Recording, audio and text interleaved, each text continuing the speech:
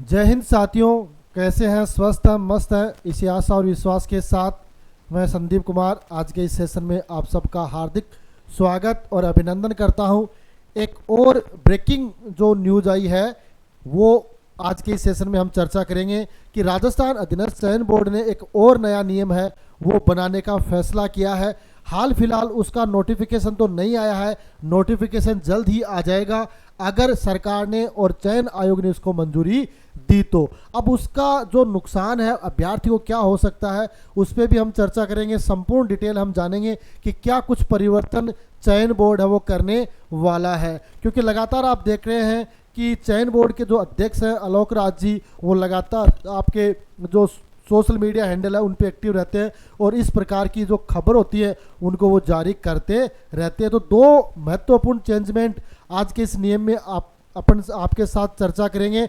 निश्चित रूप से अगर ये परिवर्तन होते हैं तो उन अभ्यर्थियों के लिए एक थोड़ी सी मुश्किल वाली बात हो सकती है जो ये सोचते हैं कि मैंने फॉर्म भर दिया, अब मुझे एग्ज़ाम में शामिल नहीं होना है, क्योंकि परिस्थिति थी उस समय आपने फॉर्म भर दिया और अब आपकी तैयारी नहीं हुई है या किसी भी कारण से आप उस एग्ज़ाम में शामिल नहीं हो सकते हैं, तो आपको सावधान होने की ज़रूरत है। अब आपको वही फॉर्म भरना है जिसमें आप शामिल हो सकते हो, जिसकी आप तैयारी कर सकते हो, क्योंकि चयन बोर्ड का मानना है कि जो अभ्यर्थी फॉर्म भरता है और फिर एग्ज़ाम में शामिल नहीं होता है तो उस अभ्यर्थी का भी व्यर्थ खर्चा होता है और साथ में चयन बोर्ड का भी अनावश्यक जो व्ययभार है वो बढ़ता है। तो आज के सेशन में चर्चा करेंगे क्या न्यूज़ है और क्या कुछ नया चयन आयोग है करने वाला है, चयन बोर्ड है वो करने वाला है। आप सब जानते हैं कि अधीनस्थ चयन बोर्ड के जो अध्यक्ष हैं आलोक राज जी, वो लगातार ट्विटर हैंडल पर इस प्रकार की जो जानकारियां हैं वो शेयर करते रहते हैं और उसके आधार पर ही क्या कुछ चयन बोर्ड में चल रहा है उसकी जानकारी हमें एक जो न्यूज़पेपर है उसके माध्यम से मिली है। निश्चित रूप से ये न्यूज़ है उन विद्यार्थियों के लिए ज़रूरी है जो तैयारियों में अभी तक भी नहीं लगे हैं, क्योंकि साथ में सीईटी से भी रिलेटेड एक खास जो सूचना है वो मैं आपके साथ शेयर करूंगा। तो निश्चित रूप से जो भी साथी हमारे साथ जुड़े हैं वो फटाफट से चैनल को सब्सक्राइब कर दें और साथ में बेल आइकन को प्रेस कर दें ताकि जॉब से रिलेटेड कोई भी नई न्यूज़ है जब भी हमें मिलती है हम आपके साथ शेयर कर सके। ठीक है, तो देखते हैं वो क्या न्यूज होने वाली है। देखो ये न्यूज है ना, राजस्थान पत्रिका की ये एक कटिंग है जिसको आप देख सकते हो, जिसको मैं आपके साथ शेयर कर रहा हूं। और क्या है कि राजस्थान कर्मचारी चयन बोर्ड है वो बड़े एक्शन की तैयारी में है। क्या है? एक बड़े एक्शन की तैयारी में। और वो बड़ा एक्शन क्या होगा? वो होगा आपका आवेदन करने के बाद भी परीक्षाओं में गैर हाजिरी। हम क्या करते हैं, आवेदन कर देते हैं और उसके बाद उस एग्ज़ाम में शामिल नहीं होते। आप देखते हो बहुत सारी ऐसी परीक्षा है जिसमें उपस्थिति है वो 40%, 30%, 20% तक भी आ जाती है। तो चयन बोर्ड का मानना है कि जो लोग पहले फॉर्म भरते हैं और उसके बाद किसी भी एग्ज़ाम में मान लो 30% उपस्थिति रहती है तो इसका मतलब 70% लोग अनुपस्थित है, 70% लोग हैं वो इस एग्ज़ाम में शामिल नहीं हुए। इससे क्या होता है, अनावश्यक खर्चा होता है, अनावश्यक व्ययभार बढ़ता है, क्योंकि जो भी बेरोजगार युवा तैयारी कर रहे हैं उनके लिए एक मोटिवेशन का काम करेगा, क्योंकि उनके मन में दिमाग में ये चलेगा कि मैं जिस एग्ज़ाम की तैयारी कर रहा हूँ उसी का फॉर्म भरूँ, क्योंकि उसके प्रति फिर आपका जो लगाव है वो भी जागेगा, क्योंकि आपके मन में ये होगा कि मुझे इस एग्ज़ाम की तैयारी करनी है ना। और एग्ज़ाम की तैयारी आप करते हो तो पूर्ण विश्वास के साथ आप उस परीक्षा में भी शामिल होते हो। और अगर जिस एग्ज़ाम का आपने फॉर्म भर दिया और उसकी तैयारी नहीं कर रहे हो तो निश्चित रूप से आपके मन में ये रहता है कि मैंने इस एग्ज़ाम की तैयारी नहीं की तो मैं ये एग्ज़ाम क्यों देने जाऊं, तो वहाँ पर ये थोड़ा सा डाउट क्रिएट होता है। तो ये क्या कह रहा है कि आवेदन करने के बाद भी जो परीक्षार्थी गैर हाजिर होंगे तो वो क्या होंगे, डी बार होंगे। अभ्यर्थी क्या होंगे, डी बार होंगे। कितने समय के लिए ये भी हम चर्चा करेंगे। डी बार का मतलब उन्हें अनुमति नहीं दी जाएगी, कितने एग्जाम के लिए वो भी चर्चा हमें करेंगे। देखो इसमें जो कटिंग है वो क्या कह रही है कि राजस्थान कर्मचारी चयन बोर्ड जो आपका RSSB है, प्रतियोगी परीक्षाओं में गैर हाजिरी रहने वाले जो अनुपस्थित रहते हैं उनकी पर क्या करेगी, बड़ी कार्रवाई करने की तैयारी में। क्या करती है कि आवेदन करने के बाद भी जो परीक्षार्थी परीक्षा देने नहीं जाते हैं तो उन पे बोर्ड है वो क्या करेगा, नज़र रखेगा कि ऐसे कौन से विद्यार्थी हैं जिन्होंने फॉर्म भरा और उसके बाद वो एग्ज़ाम में शामिल नहीं हुए। इसमें देखो ये आ रहा है लगातार 3, ये अभी तक देखो नोटिफिकेशन नहीं आया, लेकिन चयन बोर्ड है वो ये कह रहा है कि लगातार 3 भर्ती परीक्षाओं में आवेदन करने के बाद भी वो क्या होता है, गैर हाजिर रहता, तो उन्हें क्या कर दिया जाएगा, डीबार कर दिया जाएगा, उन्हें वहाँ पर एग्जाम में शामिल होने की अनुमति नहीं दी जाएगी। तो ये क्या मान रहा है चयन बोर्ड कि 3 परीक्षाओं में कोई अभ्यर्थी लगातार, साथ में एक शब्द लिखा हुआ है लगातार, कंप्लीट तो हमें तब पता चलेगा जब इसका नोटिफिकेशन आएगा, लेकिन लगातार 3 परीक्षाओं में आप गैर हाजिर रहते हो, अनुपस्थित रहते हो, तो आपको डीबार किया जा सकता है। इस प्रकार का जो ये प्रयोग है वो आपकी ये भर्ती एजेंसी है वो पहली बार कर रही है। ऐसी कार्यवाही ये है जो आपका RSSB है वो पहली बार इस प्रकार का प्रयोग कर रहा है। भारत में कहीं ऐसा प्रयोग अभी तक नहीं हुआ है। इसमें क्या करते हैं, एक भर्ती परीक्षा करवाने में बोर्ड को करोड़ों रुपए खर्च होते हैं। इसमें पेपर तैयार करने से लेकर छपवाने, केंद्रों तक पहुंचाने और परीक्षा में जो वीक्षक है उनको भुगतान करने से रिलेटेड माना जाता है। और वहाँ पे ये जब ये परीक्षार्थी नहीं पहुंचते हैं तो वहाँ पे एक बहुत बड़ी समस्या हो जाती है कि बोर्ड के सामने अनावश्यक जो व्यवहार है वो बढ़ जाता है ना। इसमें क्या होता है, जो पंजीकृत अभ्यर्थी हैं वो उनको क्या करेगी, उनके हिसाब से तैयारी करें, क्योंकि अगर मान लो 50,000 रजिस्टर्ड है जिन्होंने फॉर्म भरा है और 50 का मान लो 80% 90% प्रेजेंट होते हैं तो उसी के हिसाब से तैयारी करें।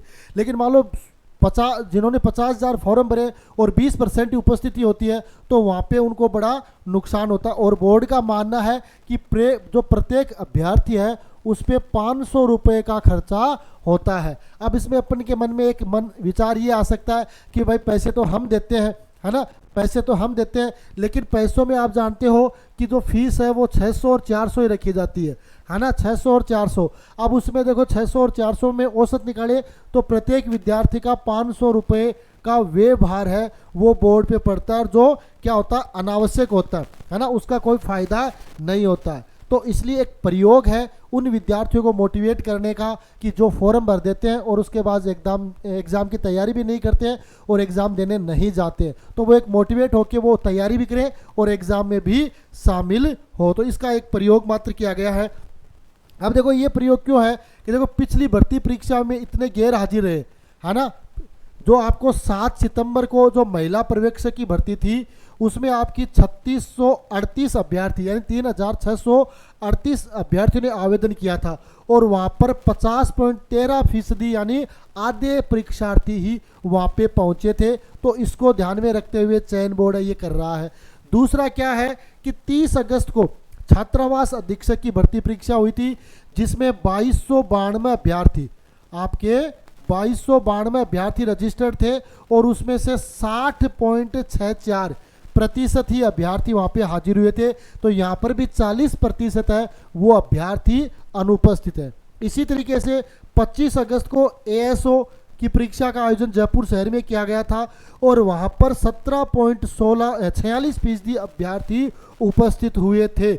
इसका मतलब यहाँ पे भी लगभग 82% अभ्यर्थी क्या रहे, अनुपस्थित रहे। अब मानो किसी भी एग्जाम में 80% से अधिक अभ्यर्थी अनुपस्थित रहते हैं, इसका मतलब वहाँ पर बहुत सारा अनावश्यक व्यय हुआ है। तो देखो इन परीक्षाओं को ध्यान में रखते हुए, क्योंकि वैसे तो जो बड़ी भर्ती होती है जिसमें आपके ये मानो फर्स्ट ग्रेड है, सेकंड ग्रेड है, थर्ड ग्रेड है, जूनियर अकाउंटेंट की एग्ज़ाम है, इनमें तो लगभग खूब जो है ना प्रेजेंस होती है। लेकिन फिर भी देखो इसको ध्यान में रखते हुए ताकि विद्यार्थी है वो मोटिवेट हो सके, तो ये निर्णय इनको ध्यान में रखते हुए लिया गया है कि आप लगातार 3 परीक्षाओं में अनुपस्थित रहते हो तो आपको परीक्षा के लिए डीबार किया जा सकता है। आगे की जो परीक्षा है उनके लिए डीबार किया जा सकता है। इसकी अवधि कितनी होगी ये तो कंप्लीट नोटिफिकेशन आएगा तब हमें पता चलेगा, लेकिन फिर भी इस जानकारी को ध्यान में रखते हुए आप तैयारियों को आगे तक लेके जा सकते हो।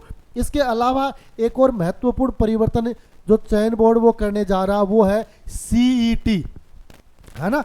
एक और जो परिवर्तन करने जा रहा वो किससे रिलेटेड है, आपका किससे रिलेटेड है, आपकी CET से रिलेटेड, है ना। CET जिसमें आपकी जो आपकी स्नातक है और आपकी सीनियर सेकेंडरी है। दो आपकी सीईटी की एग्ज़ाम होती है, दोनों के नोटिफिकेशन आए हुए हैं, दोनों की एग्ज़ाम डेट भी आई हुई है, दोनों के जो स्नातक वाले इसका फॉर्म भरे जा चुके हैं, इसके फॉर्म की डेट चल रही है। जिन्होंने अभी तक भी नहीं भरा है वो भर सकते हैं। जिन्होंने हमारा पीछे वाला जो वीडियो नहीं देखा सीईटी से रिलेटेड, उसका लिंक है वो डिस्क्रिप्शन में मिल जाएगा, वहाँ से जाके आप उस वीडियो को वॉच कर सकते हैं। तो इसकी जो वैधता है, वैधता से रिलेटेड अभी इसकी 1 वर्ष मानी गई है ना। इसको 1 वर्ष तक माना गया, जब इसका परिणाम आता है वहां से लेकर इसको 1 वर्ष तक माना गया। लेकिन अब इसको बढ़ा के कम से कम है वो 3 वर्ष करने का विचार है। इसको बढ़ा भी सकते हैं पर कम से कम 3 वर्ष तो है ही है, और भी बढ़ा सकते हैं। जैसे आपने देखा पहले आपकी जो आर्ट-8 हुई थी उसको 7 वर्ष तक वैलिड माना गया था, आपकी और रीट है उसको भी वैलिड माना गया है। तो ये सीईटी है, इसकी वैधता 1 वर्ष थी, इसको बढ़ा के कम से कम 3 वर्ष करने का विचार है। तो ये उन विद्यार्थियों के लिए ज़रूरी है जो अभी इन दोनों एग्जामों में शामिल होने हैं। इसका मतलब इन दोनों को क्वालिफाइड आपको करना ज़रूरी है, क्योंकि हो सकता है सरकार की ये मंशा हो इसकी वैलिडिटी बढ़ा देती है, तो कोई ज़रूरी नहीं कि 2025 में दोबारा सीईटी हो पाए। क्योंकि वैसे तो ये कहा गया है कि सीईटी की एग्ज़ाम है प्रत्येक वर्ष 1 बार ज़रूर होनी चाहिए, साल में यानी 1 बार ज़रूर होनी चाहिए, ये कहा गया है। लेकिन सरकार का कुछ भरोसा नहीं है, हो सकता है कि वो 2025 में नहीं करवा पाए और 2025 में भर्तियां बहुत सारी आ जाए और आप अगर सीईटी क्वालिफाइड नहीं है तो उन एग्ज़ाम में आप शामिल नहीं हो सकते। तो इसलिए आपको पहला प्रयास ये करना है कि सीईटी के जो दोनों स्तर है, जो आपके सीनियर सेकेंडरी स्तर है और जो ग्रेजुएशन स्तर है, दोनों को कड़ी मेहनत से आपको क्वालिफाइड करना। सिर्फ और सिर्फ आपका टारगेट क्या होना चाहिए, क्वालिफाइड का होना चाहिए। ये नहीं कि भाई आपको 70% 80% लेके आना, इसमें परसेंट वाला कोई इश्यू नहीं है।